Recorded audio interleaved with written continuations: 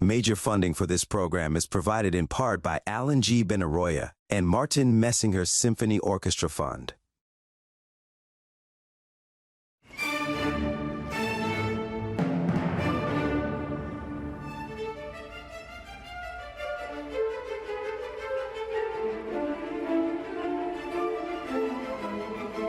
It's a piece of extremes. It's a life-changing experience. It's truly magical. Feeling this joy and celebration. Come and march forward victoriously. An important message behind this symphony is definitely hope and unity. It's just such an incredible experience of sound and joy and movement. There's so much drama. The spark, the divine spark that we are looking for and that we find in humanity.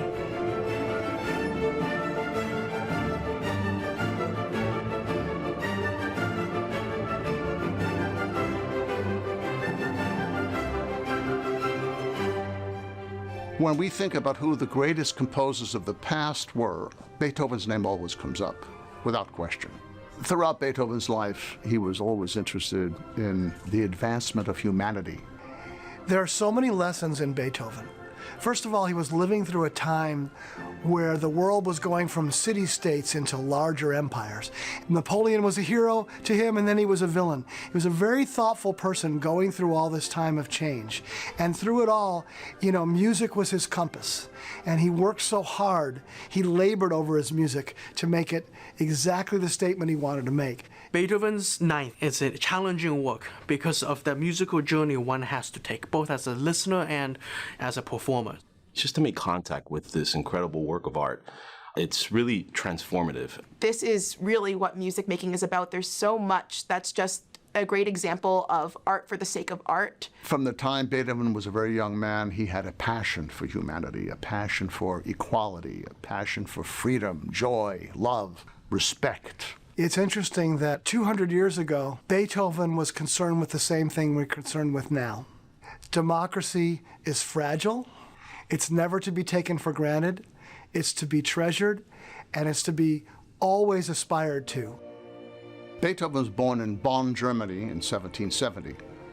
Once it was discovered that he had this great musical talent, it was decided that he had to go to Vienna to study with Mozart and Haydn, and he spent the rest of his life living in and around Vienna, and he died there in 1827, a great cultural icon for all of Europe. Beethoven wrote 9 symphonies. The first was in 1800, the 8th was in 1813, but then it was 11 years before the premiere of the 9th Symphony, May 7th, 1824. Beethoven was going deaf, struggling with his identity as a musician, and very much wanted to sort of find a path forward, a meaning, a reason to live. I think one of the things that makes Beethoven 9 so fitting is he wrote this during the time when he was most losing his hearing. And in a time that was so dark for him, his response was to write a piece all about joy. Yes, there is that message of mankind and brotherhood, but I feel that it's more of a personal getting out of depression, moving towards that light. It's kind of the search for happiness and the search for joy and the journey you go through to reach it. He talks about wanting to have one moment of pure joy, wanting to have one moment of Freude. So in our modern world, when we're experiencing our own darkness in the world, he's reminding us, always look for the joy. This is a long symphony, and it has a path, and it has a musical journey and a story to tell. The 9th Symphony was put on by Beethoven himself. And of course, Beethoven wanted a large orchestra, wanted great soloists, wanted a large chorus. In fact, the Beethoven 9th Symphony orchestra size is just about identical to what we are hearing today here with the Frost Symphony Orchestra. The chorus size for the premiere was 80 to 100, about the same size we're using. The remarkable thing was they only had 2 rehearsals.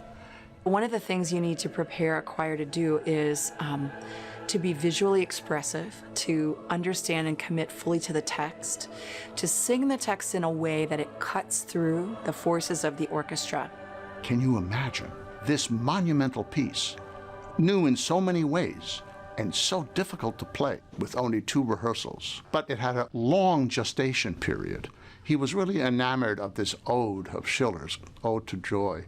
And he started thinking about setting it as a vocal work at the end of the 18th century. He loved the sentiment of freedom, the sentiment of joy, the sentiment of happiness, the sentiment against war and in favor of people getting along, humanity working together for the future of us all. Beethoven was the first of having a choral symphony.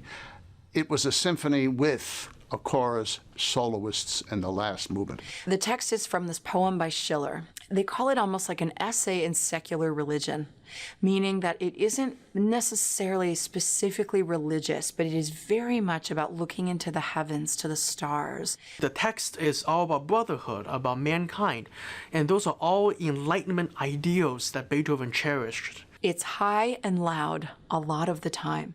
I think often the first impression for singers on the Beethoven music is that it's very angular, it's got crazy leaps, and it can be hard on the voice. But for me, when I really embraced using my entire voice and singing with power, it started to really soar, and it became a lot more comfortable and then joyful to sing. So we don't really know why he wrote the vocal lines the way he did, other than to just express the absolute utmost joy. I mean, they are singing at the highest, loudest parts of their range much of the time. And we think this is just Beethoven just exploding with everything that he wanted his music to be. Even at its premiere, he really couldn't hear what was going on the stage, even though he was on the stage. When it was over and it was this tumultuous applause, people went crazy. He didn't know. He was facing the orchestra and the applause was behind him. The symphony is cast in 4 movements. The first movement begins in a very mysterious way. It's very soft. You have 2 horns playing an open fifth. When we have an open fifth, what's missing? The third. The third is a designation of whether it's a major chord or a minor chord. Basically what Beethoven is saying is, you have no idea what's coming next.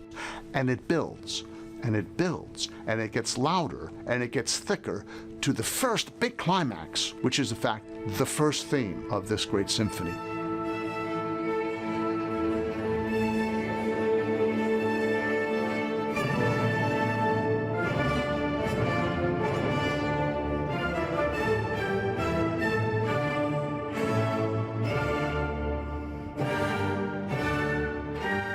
This little line that begins, and it opens up to be this huge mountain of sound. Then we're back to the line again.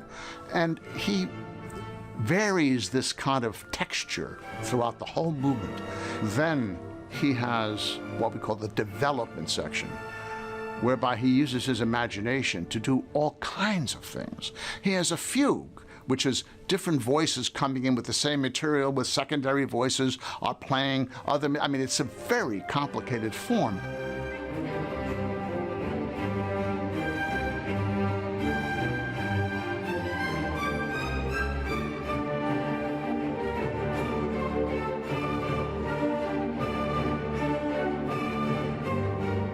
He does it with great excitement, eventually bringing back the original material. Then comes the end. I think of it as being a funeral march. Many other people do as well, where it becomes almost static. And you close your eyes and wonder what is going on in his mind.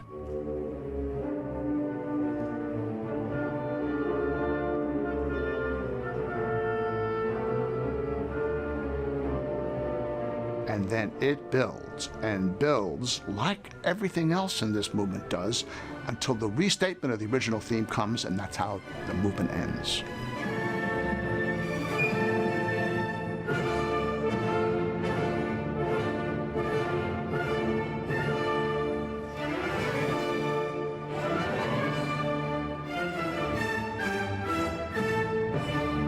The second movement is a scherzo. What's amazing to all of us is one of the voices that plays this introduction, the theme of this introduction, is the timpani. How many times have you heard the timpani playing the melody? First the second violins come in, then the violas come in, then the cellos come in, then the first violins come in, and then the basses come in. And so now you have this 5-part fugue.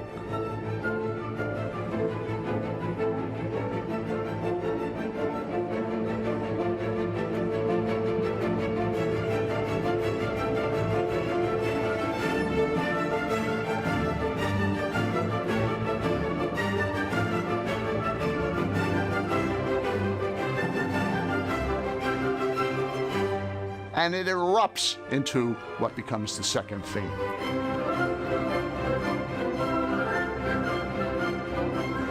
When we get to the trio, it's a complete change of mood. It's a beautiful little simple melody played in the oboe. The bassoons are clucking along with short note, then this oboe's playing this beautiful melody, then the strings come in with a beautiful melody.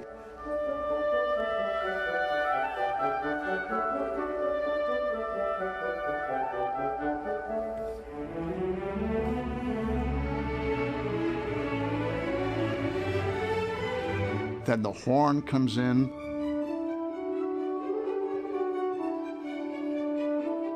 It's just a complete contrast to the demonic opening.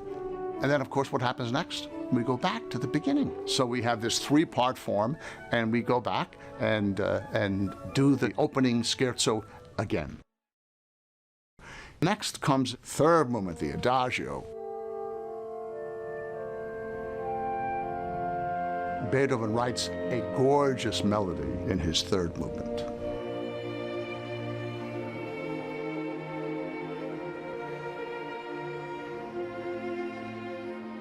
About a quarter of the way through, it goes to another melody started by the seconds and the violas.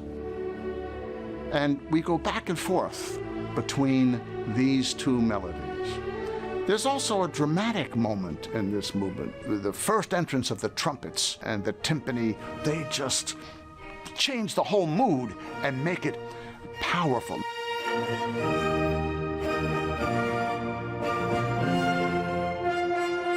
And then at the end of the movement, it's just a very calm, beautiful moment.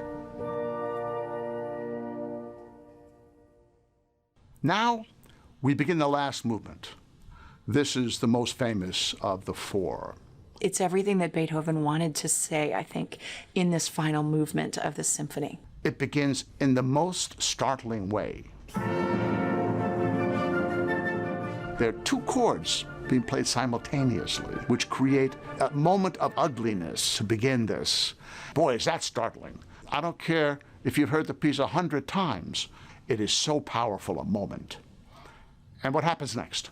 Well, next comes in a recitativo for cellos and basses. It's a very wonderful, powerful moment. And what happens now is Beethoven introduces each movement. So then the first movement comes in. A few bars, a few moments, and then there's another little recitativo of the cello bass. And then, the scherzo comes in, played by the woodwinds. And then another recitativo. And then the slow movement comes in, again played mostly by the woodwinds and horns.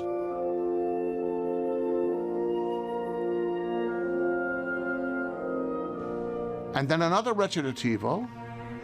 Then he brings in the theme, the Ode to Joy theme, played by the woodwinds. And then suddenly the cellos and basses interrupt them and cut them off, and then in true fashion, of course, we take over the melody ourselves.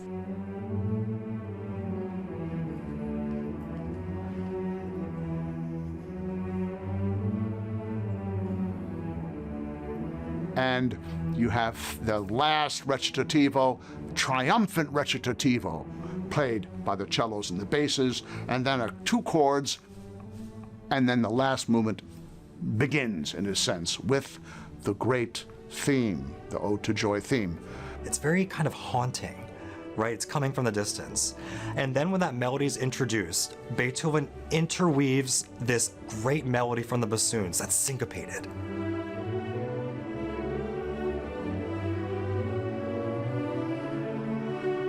When the Joy melody is first played by the orchestra, the bassoon duet comes on later and creates this beautiful floating texture above the music. Then the violins come in, and they make a big crescendo until the full orchestra plays this theme. Then Beethoven abruptly stops. What's going on now? And then the horrific chord comes in again, and the recitativo begins again. But this time, the recitativo is sung by the bass voice.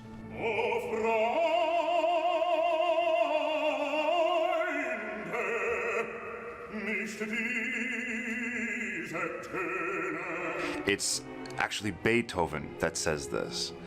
"Oh friends, not these tones. Let us hear a more joyful noise." And it's this beautiful proclamation that really is a beautiful presence in the entire movement. He begins, "Joy," and the chorus responds, "Joy, joy." And then the bass sings the first time the whole melody. And so he says joyful, and the tenors and basses just sing at their loudest way in unison, Freude, which means joy, joyful. And it's this idea that even in this darkness and everything and going on in the world, we need to remember to have joy. It's beautiful to hear the orchestra throughout the first three movements of the piece, and then to be a member of the chorus, jumping in the fourth movement, singing about joy, love, peace, and brotherhood that brings humanity together. It's a very connecting moment, and I feel very, very blessed to be having this moment with everyone. And we're all listening to each other and trying to create something that's really just beautiful. The spark, the divine spark that we are looking for and that we find in humanity. And there's a line about, anyone who has found their friend or found their bride, that person is welcome to celebrate and be together in unity. Talking about the kisses of the divine that all the creatures will eventually experience. And Beethoven has a way of saying, yes, both the joy and the just should experience joy, but also the evil and the unjust. But then he even goes to say the Wurm, the worm, the lowliest creature on earth, can even experience the divine nectar of the grapes. To talk about really in this utopia world of the Beethoven 9 that all deserve joy, and we should all experience that same kind of divine joy. In some ways, the most unusual variation is the one of which is a tenor solo. It is the military march. After this big orchestral climax, then there's a big silence where the bassoons come in with this little march, and it comes in with a very playful little melody and feel on top that brings the second wave of energy to the orchestra and the audience. So we have the Turkish instruments, the triangle, the cymbals, and the bass drum. And we have a Turkish march, and it's played piccolo, percussion, one trumpet, and then the horns, and then it starts to build, and then the tenor comes in with his great aria.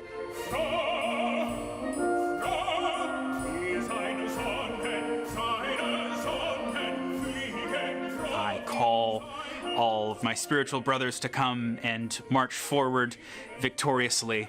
Next comes this extraordinary section for the orchestra alone, which is again like a big conversation among all the instruments. It's a fugue, but the second violin, the cello start with the conversation, then the second violin, then the first. Everybody has their turn until it comes to a quiet, peaceful conclusion, and then the whole chorus and orchestra play the theme yet again, full voice. It is breathtakingly beautiful.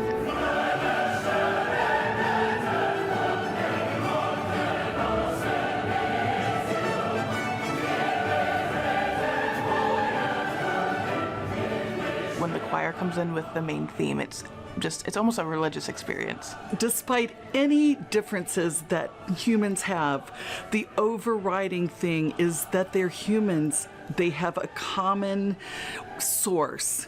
And in Beethoven's view, that source is God.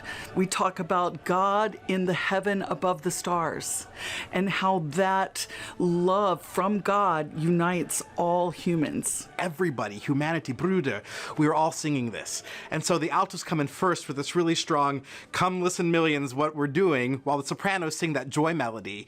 And then each of the various parts have those texts at different times. And so you just get kind of a firework effect of these two ideas of, yes, have joy, but this joy belongs to everybody. It can be just so thrilling. And it's interesting to think Beethoven couldn't even probably hear it, except in his own musical ears. And again, at the very end, just when you think it's going to be over, the chorus holds back again. And there's a short build-up to have this incredibly phenomenal ending.